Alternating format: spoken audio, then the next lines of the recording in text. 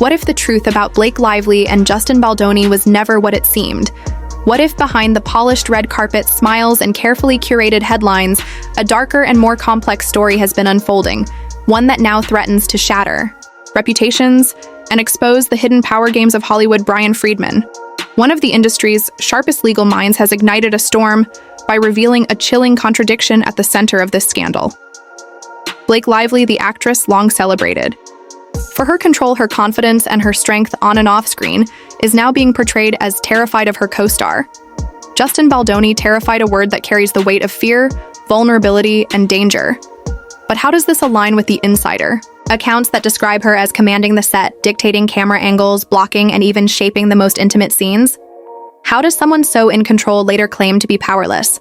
This is not just a courtroom battle. This is a fight for narrative. Dominance in an industry where perception is more powerful than truth. Tonight, on Starscope, we peel back the layers of this paradox to uncover what Brian Friedman has exposed, what Blake Lively has claimed, and how Justin Baldoni stands caught in the crossfire of a scandal that may forever alter the way Hollywood's secrets are told. Brian Friedman, one of Hollywood's most respected attorneys, has unleashed a revelation so powerful and so paradoxical that it has sent shockwaves through every corner of the entertainment world. And at the heart of this storm lies Blake Lively, a woman who for years has carefully crafted the image of being fearless, composed, and utterly in control, both in her roles and in her life. Yet according to Friedman, Blake was not the commanding force she appeared to be, but instead terrified of her co-star Justin Baldoni, and the use of that single word, terrified, has created a narrative so haunting that it forces us to question everything we thought we knew about this ongoing scandal. Because if Blake truly felt fear on set, how do we reconcile that with the reports from insiders who described her as running the production, shaping intimate scenes, controlling camera angles, and dictating physical interactions to the finest detail? This is the paradox Friedman has exposed. A paradox that is not just about one actress and one actor, but about Hollywood itself. The way narratives are built, the way power is wielded, and the way fear and vulnerability are weaponized. In both courtrooms and the court of public opinion, to understand the magnitude of Friedman's revelation, we have to step back and look at how this battle began. It was not just a lawsuit between two co-stars. It became a saga of perception.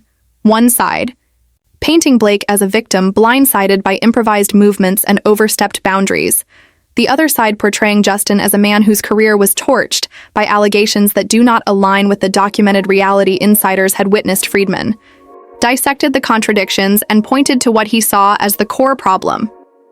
Blake Lively's lawsuit presented her as vulnerable and powerless, while the accounts from those who were present on set painted her as meticulous, controlling, and authoritative. She allegedly choreographed the very moments that she later described as making her uncomfortable. She allegedly approved. The blocking insisted on adjustments, even halted filming when she felt the authenticity of a moment was slipping away. She allegedly vetoed camera angles that she claimed undermined vulnerability and demanded physical gestures be altered until they aligned with her vision. This was not the behavior of an actress trapped and voiceless. This was the behavior of a creative force, asserting dominance.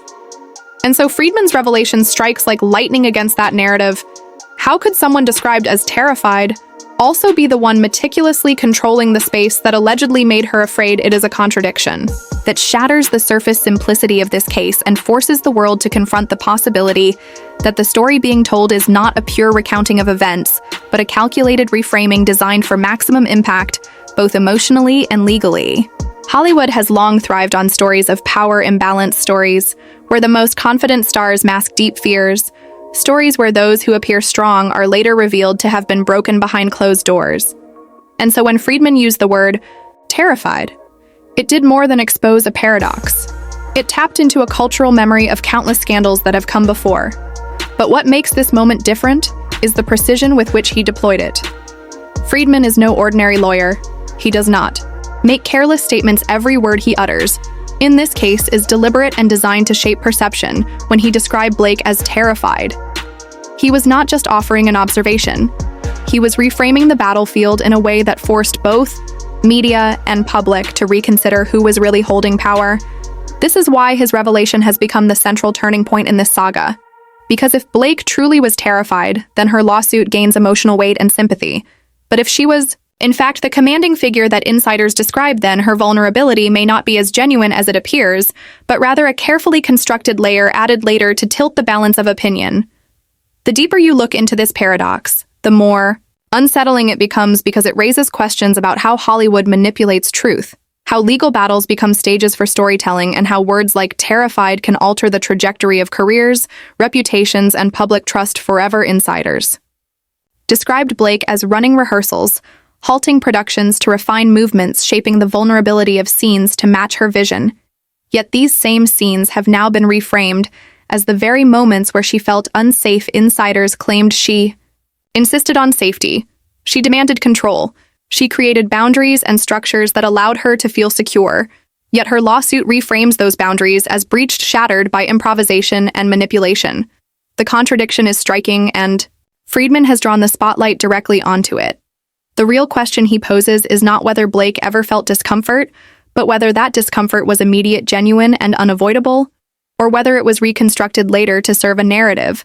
In a lawsuit where power dynamics, perception, and sympathy are as critical as hard evidence, because timing matters in these battles. And Friedman highlighted that during production, there were no formal complaints, no official reports, no on-set objections. That could prove discomfort in real time. Instead, the allegations surfaced after filming wrapped, creating a timeline that to Friedman suggested recalibration rather than recollection. This is where his revelation becomes damning, not because it proves Blake lied, but because it reveals how fragile truth can become in Hollywood, where stories shift to meet the needs of the moment, and where vulnerability itself can be as much a strategy as it is a state of being. Friedman has seen this before. He has represented major stars in high-profile battles, and he knows that narratives are weapons as powerful as any legal argument. And in this case, he sees a weapon being wielded through contradiction and paradox. And that is what has shaken the industry. Insiders now find themselves divided, some insisting that Blake was always in control, others whispering that despite her control, there were cracks, moments where she froze, moments where improvisation broke through her meticulous planning and left her unsettled. And this tension between control and discomfort, between fear and authority, is what makes the paradox so explosive, because it suggests that both stories could be true, that Blake could have been both commanding and vulnerable, both meticulous and unsettled, both powerful and powerless, depending on when and how you frame the narrative. But even if both are true, the question remains, why does her lawsuit present only one side, and why does Friedman's revelation aim to expose the other? Because in the end, this is not just about truth. It is about which version of truth serves each side better in court and in the media. And in Hollywood, perception often outweighs reality. Blake Lively built her career on roles that embodied fearlessness and strength. She became a cultural icon of composure. She projected authority and charm in every interview, in every appearance, in every performance. And so the idea that she was terrified behind the scenes of It Ends With Us creates a dramatic irony that Hollywood cannot resist. The image cracks the myth. The star who appeared to have everything under control is suddenly revealed to have been struggling with fear. And that contradiction is precisely why this story has captured global attention. But in Friedman's hands, it is not just a contradiction. It is evidence that her story may not align with reality. Evidence that her lawsuit may be designed to create sympathy rather than reflect truth. And in that sense, his revelation is not just an observation. It is a weapon aimed directly at the heart of her case. And as this saga unfolds, it becomes clear that the battle is not just between Blake and Justin. It is between narrative and narrative, between fear and control, between perception and fact, and the world is left watching, wondering which story will prevail, and at what cost. Because in Hollywood, truth is never simple. It is always layered, always shifting, always rewritten to suit the moment, and this case is proving to be the most dramatic and devastating example yet. And here on Starscope, we are pulling back those layers piece by piece, exposing the contradictions, the paradoxes, and the strategies that are shaping one of the most explosive scandals Hollywood has ever seen. And so as we descend deeper into this paradox, we find ourselves facing questions that feel heavier with every passing word. Because if Blake Lively truly was terrified of Justin Baldoni, as Brian Friedman claimed, then why did so many insiders describe her as the one who choreographed their intimacy? Why did crew members say she halted scenes, adjusted movements, and demanded rehearsals until the physicality matched her vision? Why would someone frozen in fear also hold such absolute control over the very moments that supposedly ignited that fear? This is the contradiction that gnaws at the edges of her lawsuit, and Friedman's framing has forced the entire world to stare directly into its core, because Hollywood thrives on narratives of victimhood and power plays. Yet rarely do we see such a direct collision between two conflicting realities, and the result is nothing less than devastating to watch, because for every fan who sees Blake as a victim, there is another who sees Justin as a man, crushed by allegations that contradict the world insiders lived through during production. Insiders claim Blake controlled everything down to the angle of a camera and the tilt of a head. She was precise, she was commanding, and she was relentless about authenticity. And yet later she claimed those same moments left her shaken, broken, terrified. And Friedman asks the question aloud: how can the woman directing the movement claim to have been violated by its existence? And while his words cut like a blade into the credibility of her case, they also expose the darker truth that in Hollywood, fear and power are not mutually exclusive, but rather often intertwined, feeding off each other in toxic loops, where one moment of discomfort can be magnified years later into a narrative of betrayal. Yet the timing cannot be ignored. Friedman has underscored that no on-set complaints were filed, no immediate objections were raised, no reports surfaced until months later when the lawsuit became her weapon of choice, and that timing suggests recalibration rather than recollection in Friedman's eyes. And this is why his revelation has sent shockwaves through the industry, because it exposes how truth itself can be malleable, how it can be reshaped not in real time but in hindsight, to create sympathy, to paint a narrative that benefits only one side. And the weight of that contradiction is now pressing down, not just on Blake, but on every publicist, every attorney, every studio executive. Who knows that the next scandal could unravel in the very same way? And it is here where the silence of Justin Baldoni becomes deafening, because the man once accused of overstepping has refused to engage in a war of words, instead leaving it to his legal team and to the insiders whose testimonies now serve as his shield. And that silence is powerful because it contrasts so starkly with the noise of the lawsuit, and it makes the world wonder whether restraint itself might be the ultimate proof of credibility. Friedman weaponizes this silence. He points to it as evidence that Justin has nothing to hide, that his career, though battered, was not destroyed by guilt, but by the weight of perception fueled by the word terrified. And yet this case is bigger than Justin, bigger than Blake.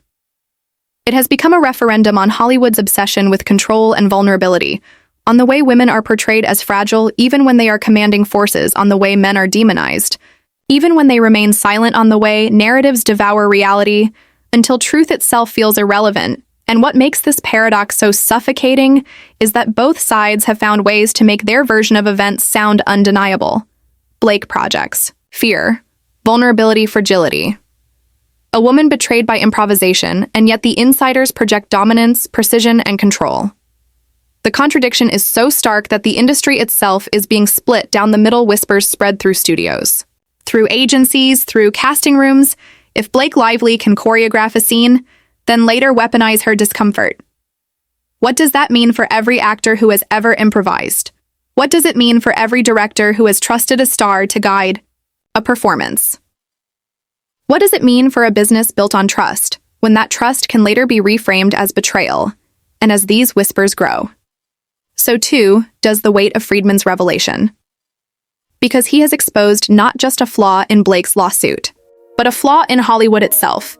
And that flaw is the fragility of truth in a world that thrives on performance and perception, a world where the strongest actors can claim weakness, where the weakest moments can be magnified into weapons, where silence itself can be spun as guilt, and where every scandal becomes a war, not of evidence, but of storytelling. And so we find ourselves asking again, who is telling the truth? Is Blake truly terrified, or is she weaponizing fear? Is Justin truly guilty, or is he simply the latest victim of a narrative more powerful than any fact? And in this tension lies the most dangerous part of all, because regardless of who wins in court, the real battle is being fought in the public eye, where reputations rise and fall not on evidence but on headlines. And here on Starscope, we refuse to look away. We refuse to let contradictions slide. We refuse to let Hollywood dictate what truth we should believe. And as this battle rages on, one fact becomes undeniable. The paradox Friedman has exposed has torn open the heart of Hollywood, and it will never look the same again. And as the storm intensifies around this case, one cannot help but notice how silence and noise have become weapons of equal power because, while Blake Lively's legal team floods the headlines with carefully crafted language painting her as the terrified victim who endured unspeakable discomfort, Justin Baldoni maintains a void of response that grows louder with every day it lingers. And Brian Friedman uses this void to turn the spotlight back onto Blake, exposing the contradictions in her own statements and amplifying the dissonance between what was seen by crew members and what is now being alleged. And it is here that the industry finds itself torn between loyalty to a star who has built an empire of image and sympathy for a man who, by all accounts, simply followed direction and gave the performance demanded of him. Insiders whisper that Blake had always prided herself on perfectionism, that she was not simply a passive participant, but a commander of every detail, that her control extended not just to the costuming and lighting, but to the rhythm of dialogue and the intensity of touch. And yet, years later, she presents herself as a woman blindsided by the very things she orchestrated, and Friedman seizes upon this paradox like a hawk circling wounded prey, because to him it is proof that the lawsuit is less about trauma and more about power and optics. And that word optics haunts this case more than any other, because Hollywood is built upon optics, perception, image, illusion, and Friedman has cracked open the illusion to reveal something darker, something uncomfortable, something the industry has always known, but never dared say aloud, that narratives can be manufactured with the same precision as a blockbuster script, that reality itself can be rewritten in hindsight to benefit those with the most influence. And in this theater of scandal, every player becomes both actor and audience, performing their roles for the public while secretly praying the spotlight will move elsewhere. But the spotlight is not moving. In fact, it is widening, because now producers, casting agents, and studio executives are watching closely, terrified of what this precedent could mean for their future projects. If Blake can claim terror in hindsight, then what protection exists for any filmmaker who dares to improvise? What safety exists for any actor who trusts a co-star only to later be accused of stepping too far? These are the questions rattling through Hollywood corridors, whispered over phone calls, debated in secret boardrooms. The industry thrives on chemistry, spontaneity, the unscripted magic that sells stories. But if that magic can later be reframed as misconduct, then how many careers are one lawsuit away from annihilation? And it is this very fear that makes Friedman's words resonate so deeply, because he is not simply defending Justin, he is defending an entire system built on trust and improvisation. He is saying if this narrative holds, then Hollywood will suffocate under its own fear. And yet at the center of this firestorm are two people, Blake Lively and Justin Baldoni, whose reputations now serve as symbols for something far greater than themselves. And the tragedy lies in the fact that no matter who wins, both are already scarred. Blake faces the growing perception that she weaponized fear to regain control of her public image, while Justin faces the lingering shadow of accusation that no denial can fully erase. It is the cruel paradox of Hollywood, that innocence and guilt are less important than narrative. And once a narrative takes hold, it becomes nearly impossible to rewrite. And yet Friedman is trying to do exactly that, to rewrite the narrative not only of Justin but of the entire case, to force the world to question whether terror can coexist with control, whether vulnerability can coexist with dominance, whether truth can coexist with performance. And as he does so, he forces us all to confront uncomfortable questions about the nature of memory, trauma, and power. Can someone direct a moment and still feel violated by it? Can someone appear strong in the moment and yet reveal fragility only in hindsight? Can truth itself shift shape over time until it becomes indistinguishable from fiction? These questions reverberate beyond the courtroom into the very fabric of Hollywood, into the culture that consumes its stories, because every fan, every journalist, every critic is now being asked to pick a side to decide which narrative feels more authentic. And in this decision lies the future. And so, as the dust settles for now, one truth becomes impossible to deny. This case is no longer about one scene, one set, or even one lawsuit. It has become a referendum on Hollywood itself, on how power is wielded, how stories are rewritten, and how reputations are made or unmade in the blink of an eye. Blake Lively frames herself as a survivor, her voice echoing with claims of terror, retaliation, and sabotage, but her own contradictions hang heavy over her testimony, her pursuit of greater creative Control after claiming harassment. Her reliance on California laws in a New York courtroom. Her inability to name a single defamatory statement by Jed Wallace. All of these details slice into the strength of her case, and Brian Friedman seizes them, with surgical precision positioning Justin Baldoni, not as predator, but as casualty caught in the machinery of a narrative bigger than himself. And what makes this moment so chilling is not just the fate of Blake or Justin, but the precedent it sets. If fear can be claimed retroactively, if control and direction can be recast as coercion, then what is safe for actors? What is safe for studios? What is safe for truth itself? The courtroom has become a stage. The filings, scripts, the arguments, performances, and the judge, the ultimate critic, deciding whether this production collapses or carries on. But no matter the verdict, the damage is done. Hollywood has been forced to stare at its own reflection, and what it sees is messy, contradictory, and raw. Here on Starscope, we will continue to follow every twist, every revelation, every collapse of illusion. Because in this case, innocence and guilt may never be clear, but the fallout will echo for years to come.